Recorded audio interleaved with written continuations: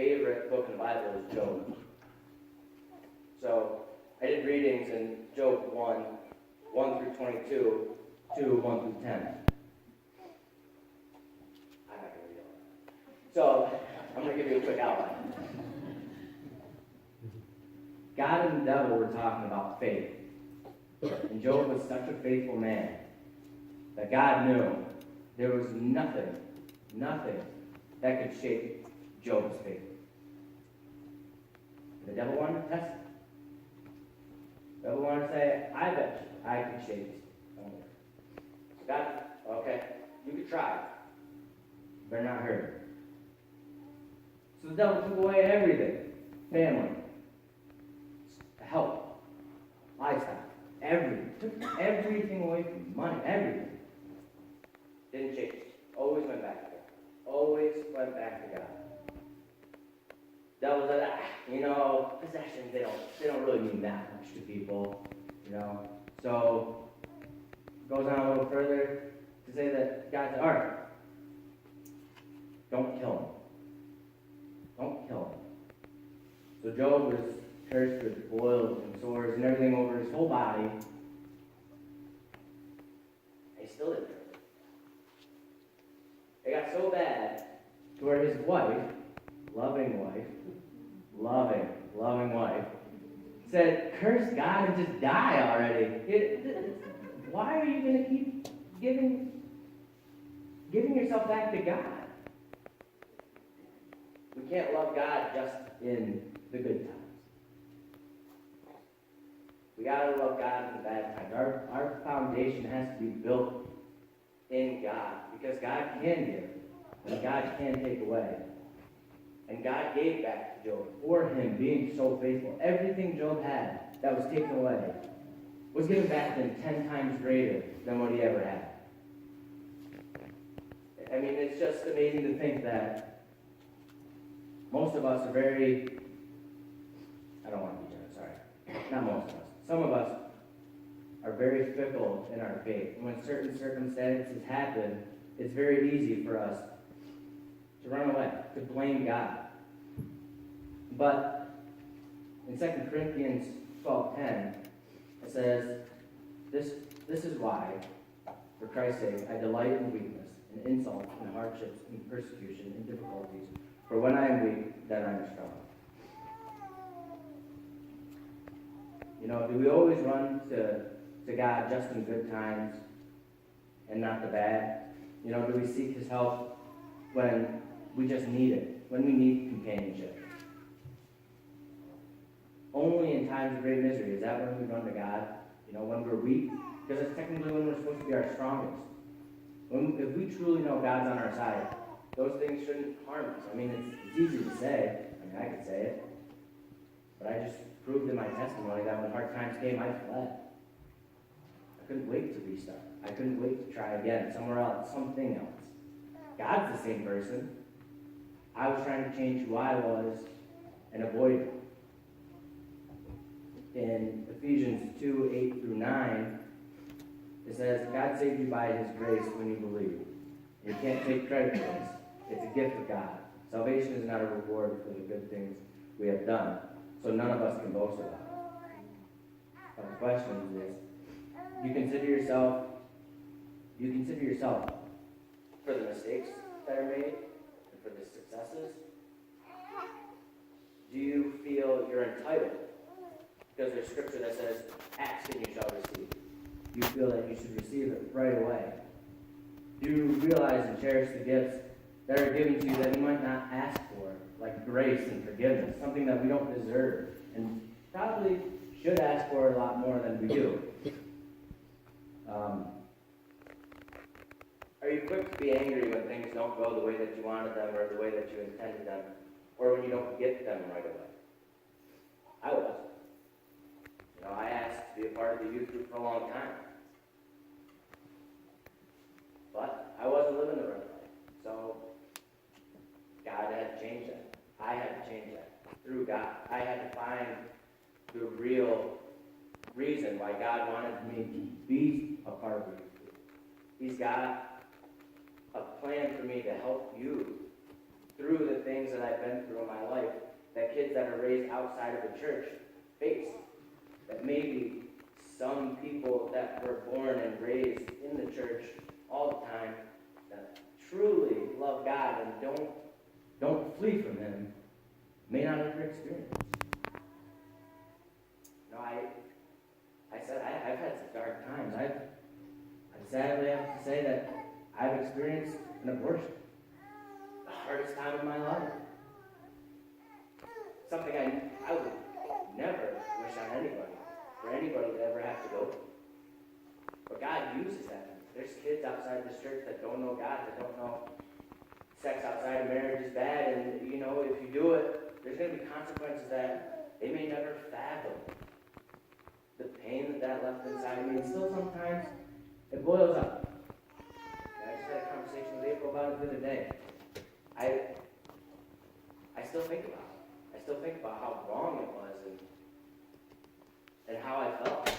And how I felt like I cursed God because I couldn't believe that I had something like that happen. But it was primarily my own fault. But it's a lesson I learned that I can pass on to others. It's a circumstance that happened to me that I grew angry with, but now that I'm being helped by you guys, I can spread and pass on and let some kids know that think that nothing bad's going to happen. What could really happen? I don't like the fact that these people are locking this thing. I didn't memorize all this because I knew I was going to rant on a bunch of other stuff. And it wasn't going to. So, I have another scripture from Hebrews 11, 1 through 3. Faith is the confidence that what we hope for will actually happen. It gives us assurance about things that we cannot see. Through their faith, people in the old days earned a good reputation. But by faith, we understand that the whole entire universe was formed at God's command. That what we now see did not come from anything that can be seen. Again, all lessons that you can't physically see in that time are things that are going to be passed on. And one thing that I constantly did was question God's reasons for what He does. And again, going back to the truck accident. I didn't see anything at the particular moment. I rolled out of the truck, rolled the truck over, got out of the truck. Thought, wow, that sucks. I gotta get to work. Called my father-in-law. I said, hey, can you come pick me up? I gotta get to work. Brian Backus can bring me home. No big deal. Not until I sat back in the seat of that truck to get my stuff out that I realized that God was the one that allowed me to get out. I didn't see it then. I still sometimes can't fathom it now. There's times when things like that happen and you want to say, I should really thank God. I've heard a lot of believers say that, non-believers say, wow, maybe I should look into this God thing. Maybe because this bad thing happened, maybe I should look into God. Maybe there is a reason why I survived this accident, or there was a reason why I was able to walk away. And then the other scripture I have is Proverbs 3, 5, and 6. Trust in the Lord with all your heart. Do not demand on your own understanding. Seek His will in all you do, and He will show the path to take. Kind of what I feel like is going on right now. I'm trusting in God to just speak through me. And through the experiences I've had. I don't know where I'm supposed to be going or what I'm supposed to be doing. I just know that when opportunities arise where He says, hey, Dad, I'm pretty sure this is something you're supposed to be a part of. You should do it. Go do it.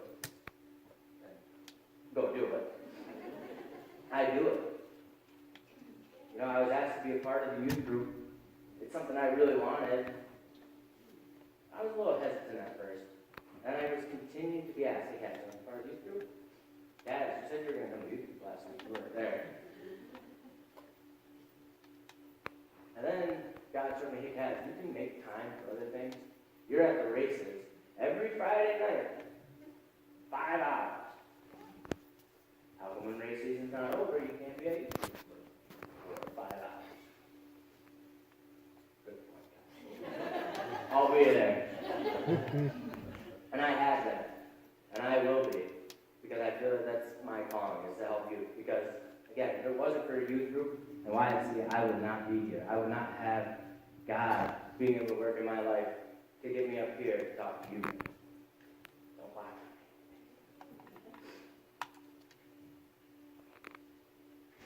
So I just want to touch base on a couple of things that I've realized that cause what I feel is circumstantial faith in a lot of people, including myself.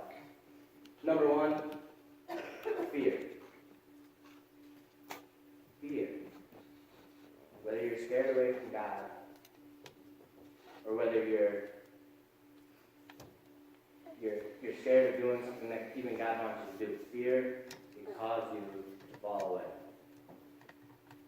Being afraid of something new, being afraid of pursuing God's word, being afraid that He's going to point out that you've made mistakes, that you don't deserve a lot of the stuff that we're given. Do church, loving church family. Fear. Fear is something that causes us to flee from God. Wanting praise from people. Some people call that fear, because some people are afraid of you. I love people. I'm a people person. God made me a people person. But wanting praise from people is a worldly thing, not a God thing. So that's something that causes you to be circumstantial, because you go away from God to be closer to the people. Because you feel better when people praise you. Because it's immediate. It can be with God too. Not putting the work into your faith. Well, if you're not putting the work into your faith, then you're putting it into something else.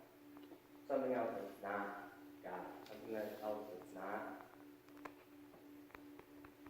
part of your own faith. Deceit. Deceit's another one. Not being able to hear God's voice.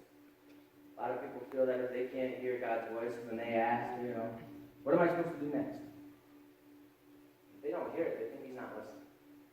So it causes you to leave. It causes you to find somebody else. It causes you to go talk to somebody right next to you, because you can ask them a question, chances are they're going to answer. Having a hard heart. I had a hard heart for a long time.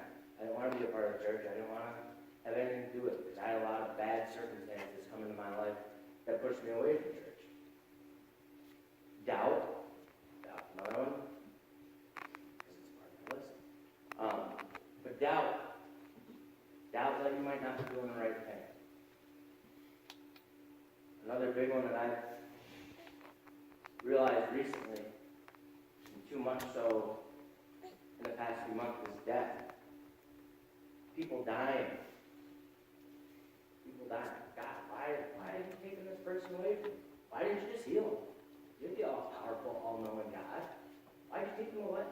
It's not fair.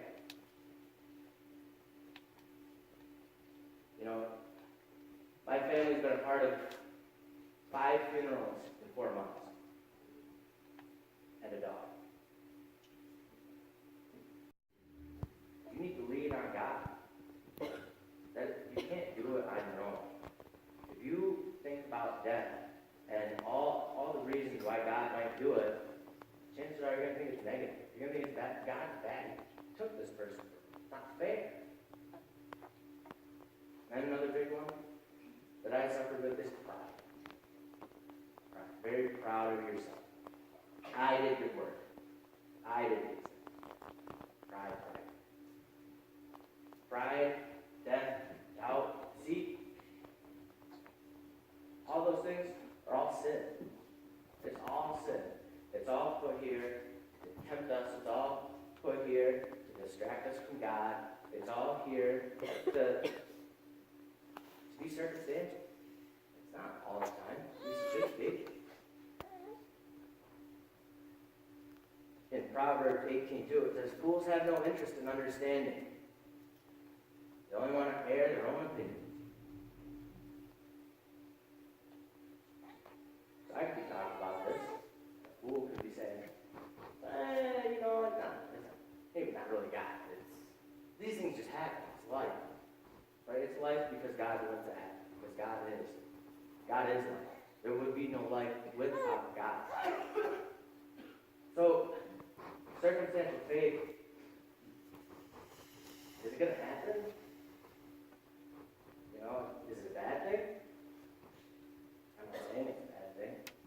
And it's absolutely going to happen. Think of the most pure person on this planet ever walked the earth, Jesus Christ. He faced a circumstance where even he, for a moment, questioned. He questioned God. Why have you forsaken me? But where was his faith rooted? It was rooted in his Father's plan. In his Father's plan for him to be the ultimate sacrifice for our sin. So that when we doubt, when we fall away from God, when we choose to go along our own path, we have that bridge to go back. If it wasn't for him, we're not worthy of taking a breath the next day, of being here right now, of being with this family that's here, our own or extended. So is circumstantial faith going to happen? Absolutely. Is it bad? Depends on where you let it take you. If it lets you take it away from the world, yeah, it's bad. Away from God, rather. Sorry. If it lets you go to the world, it's bad. If you realize that you need to fall back and go back to your roots and go back to God and ask for forgiveness and ask for help. Again, that's another pride thing. If we're too proud to ask for help, which God is there for. God shows time and time again in the Bible that he is there. He is always there. And he never leaves us. Never leaves us. It's up to us and our faith to know that. To know that we can go with him with whatever problem, with whatever challenge, with whatever circumstance we're facing. We can go back to him and he can help us through. And we have to be patient with it. It's not always instantaneous that he's going to show us the right path. We have to be patient. There's going to be lessons along the way. So in your bulletin, there's an insert with a bird tiger that, while doing this study, I found to be hit the nail on the head. It says, examine yourself to see if your faith is genuine. Test yourself. Surely you know that Jesus Christ is among you. If not, you have failed the test of genuine. You can't think of constant times when God has been there for you and that you've been able to result back to him and seek him and thank him. Then you need to work on your faith. You need to make sure that your faith is rooted in God, because God will always be there. God will always help. And it's been tough for me. And like I said, I didn't live the greatest life. I've peaks and valleys. God even says that we're going to face hard times and persecution and everything else. It's where we go back after all. Where we go back that defines our faith. Defines how we truly feel about God. And if we need to work on it or not. And I don't think we're ever going to be perfect, so I'm going to say that we always need to work on it. So I'm going to try.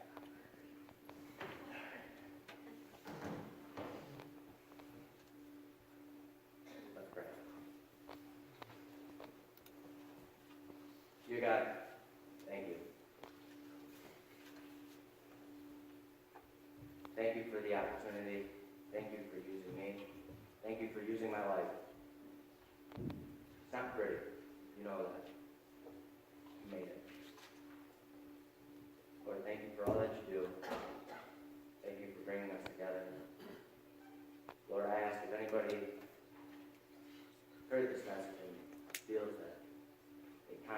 battle, but they know that you are there. Let this truly speak to them.